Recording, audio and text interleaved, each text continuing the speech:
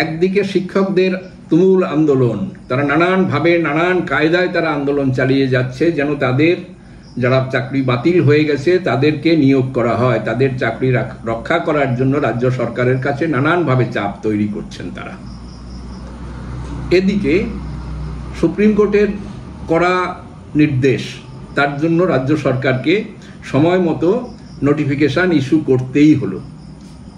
কাজেই এটা একদিকে যারা চাকরি প্রার্থী, বিশেষ করে যারা নতুন চাকরি প্রার্থী তাদের জন্য সুখবর, এবং অন্যদিকে যারা চাকরি হারিয়েছেন তারা একটা ডামাডোলের মধ্যে রয়েছেন, তারা অ্যাপ্লিকেশন করবেন কিনা, করা উচিত হবে কিনা, করলে তারা আবার সুযোগ হারাবেন কিনা এই জন্য।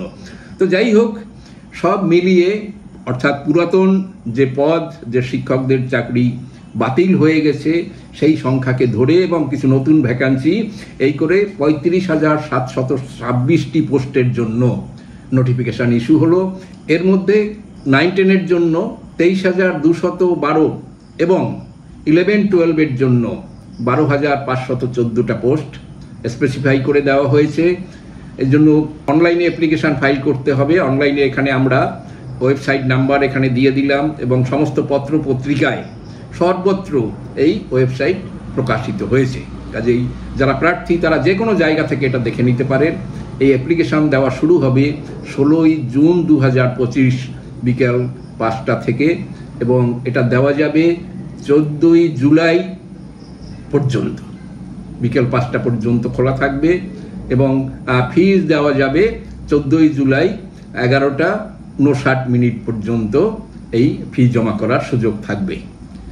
এবারে এই চাকুরিতে সবাইকে ফিস পেমেন্ট করতে হবে, যার মধ্যে সাধারণ ক্যান্ডিডেট যারা অর্থাৎ ওবিসি এবং জেনারেল ক্যান্ডিডেট তাদের ফি এর পরিমাণ হলো 500 টাকা এবং এসসি এসটি এবং ফিজিক্যালি হ্যান্ডিক্যাপ যারা তাদের ফি এর পরিমাণ 200 টাকা। যে পরীক্ষা খুব দ্রুত নিতে হবে এই জন্য মোটামুটিভাবে বলা হয়েছে যে পরীক্ষার হতে পারে সেপ্টেম্বরের প্রথম সপ্তাহে, কারণ সময় খুব কম থাকবে। এই জন্য সেপ্টেম্বরের প্রথম সপ্তাহেই এই পরীক্ষা নেওয়া হতে পারে এবং পরীক্ষার ফল প্রকাশিত হতে পারে অক্টোবর মাসের দিকে। এরপরে খুব সামান্য সময়ের জন্য করা হবে যখন এটাকে প্রসেসিং করা অর্থাৎ কাউন্সিলিং করা হবে। এই কাউন্সিলিংয়ের যে বিষয় সেটাও এখানে আমরা ডিটেলসে দিয়ে দিচ্ছি, দেখে নিতে যারা ইন্টারেস্টেড ক্যান্ডিডেট তারা দেখে নিতে পারবেন এখান থেকে। এবারে একটু নতুন কিছু করা হয়েছে, অর্থাৎ পরীক্ষার যে পদ্ধতি, যে নিয়মাবলী তার মধ্যে কিছু নতুনত্ব আনা হয়েছে। তার মধ্যে হলো পূর্ণ নম্বর লিখিত পরীক্ষায় থাকবে 60 আর বাকি যে 40 নম্বর তাকে নানানভাবে ভাগ করা হয়েছে। সম্ভবত যে শিক্ষকেরা চাকরি হারিয়েছেন, যোগ্য শিক্ষকেরা যারা চাকরি হারিয়েছেন তাদের কথা বা অন্য অভিজ্ঞ যে শিক্ষক তাদের কথা মনে রেখে এবারে 10 নম্বর এক্সট্রা রাখা হয়েছে। 10 marks will be given for experience, অর্থাৎ যাদের আছে।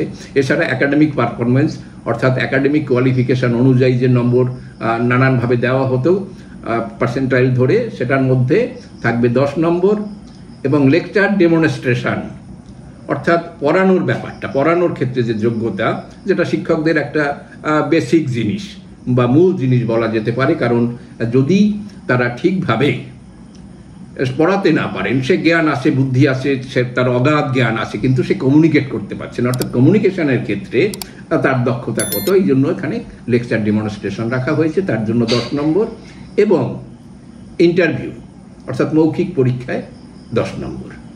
অর্থাৎ এবারে এই যে 30 নম্বর সেটা একটু অভিনবত্ব আনা হয়েছে, একাডেমিক পারফরমেন্সে সবসময় থাকতো।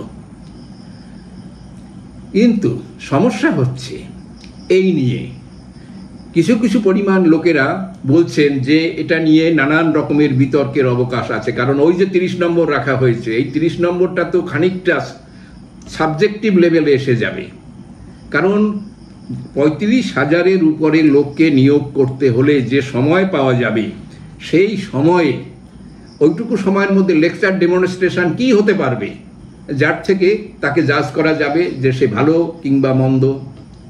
ইন্টারভিউর ব্যাপারে সেই একই কথা, যে 10 নম্বর অবশ্য আছে এখানে, কিন্তু 10 নম্বরের জন্য যে ইন্টারভিউ অর্থাৎ সেই তার যে যোগ্যতা তার যে গুণাবলী সেই সম্পর্কে যে মৌখিক পরীক্ষা, সেখানে একটু সমস্যা থেকেই যাবে। আর 10 নম্বর যখন এক্সপিরিয়েন্সের জন্য দেওয়া হয়ে যাবে, তখন সাধারণ ক্যান্ডিডেটরা দাবি তুলবে যে এ তো যারা চাকরি হারিয়েছেন তাদের সুযোগ দেওয়া, তাদের জন্য 10 নম্বর বাড়িয়ে দেওয়া। সেখানে তাকে 10 নম্বর পুরোও দেওয়া যেতে পারে, কারণ সে যদি 5 বছর 6 বছর 7 বছর চাকরি করে থাকে, তার জন্য আমাদের নেই, তার জন্য এটা কি হবে? কারণ সবাই তখন বলবে যে সবার ক্ষেত্রে এক নিয়ম প্রযোজ্য হওয়া দরকার, এক্ষেত্রে এক্সপিরিয়েন্সের জন্য আলাদা কোনো বেনিফিট এখানে দেওয়া উচিত হবে না। এবং কেউ কেউ, আমরা যেমন সংবাদ সূত্র থেকে দেখেছি যে আইনজীবী বিকাশ রঞ্জন ভট্টাচার্য তিনি বলেছেন যে 2016 বা তার আগের পরীক্ষায় যে নিয়ম ছিল সেই নিয়মের ব্যতিক্রম হলেই কিন্তু এই পরীক্ষা বাতিল হয়ে যাবে। অর্থাৎ অনেকে বলছেন যে এই যে নোটিফিকেশন হয়েছে তার মধ্যেই হয়তো কিছু ত্রুটি আছে, এই ত্রুটির কথাটা বাদ দিয়ে যদি করা যেত, অর্থাৎ একই নিয়মে যদি করা যেত, তাহলে নির্বাচন প্রক্রিয়া হয়তো আরও ভালো হতো, আরও সঠিক ক্যান্ডিডেট, যোগ্য ক্যান্ডিডেটকে নিয়োগ করা যেত। তো যাই হোক, এখন যারা এই পরীক্ষা যাবেন, পরীক্ষা যারা দেবেন, তাদের জন্য আমরা এক্সপার্টস গাইডেন্স, আমরা বিভিন্ন চাকরির পরীক্ষার ক্ষেত্রে, সরকারি চাকরি বিভিন্ন রকমের, তার জন্য আমরা এখানে পরামর্শ দিয়ে থাকি। আমরা লেকচার ক্লাস এখানে অ্যাটেন্ড করা, পরীক্ষা নেওয়া, মক টেস্ট নেওয়া, আমরা সে ব্যবস্থা করি। নির্বাচিত কয়েকটি বিষয়ের জন্য আমরা এই পরীক্ষার জন্য স্বল্পকালীন সময়ে আমরা প্রশিক্ষণ দেব। তার জন্য যারা ইন্টারেস্টেড তারা আমাদের সাথে যোগাযোগ করতে পারেন। কোচিং দেব, সেখানে পরীক্ষা হবে, ক্লাসের নোটস দেওয়া হবে এবং সমস্ত রকমের পড়াশোনায় সাহায্য করা হবে, যাতে পরীক্ষার্থীরা ওই যে লিখিত 60 নম্বর আছে সেখানে ভালো পারফরমেন্স করতে পারেন। যারা আগ্রহী তারা অনতিবিলম্বে যোগাযোগ করুন, কারণ আমাদের এর জন্য মোটামুটি 3 মাস সময় পাওয়া যাবে, যে 3 মাসের মধ্যে এই প্রশিক্ষণ প্রক্রিয়া সম্পন্ন করতে পারব। ধন্যবাদ।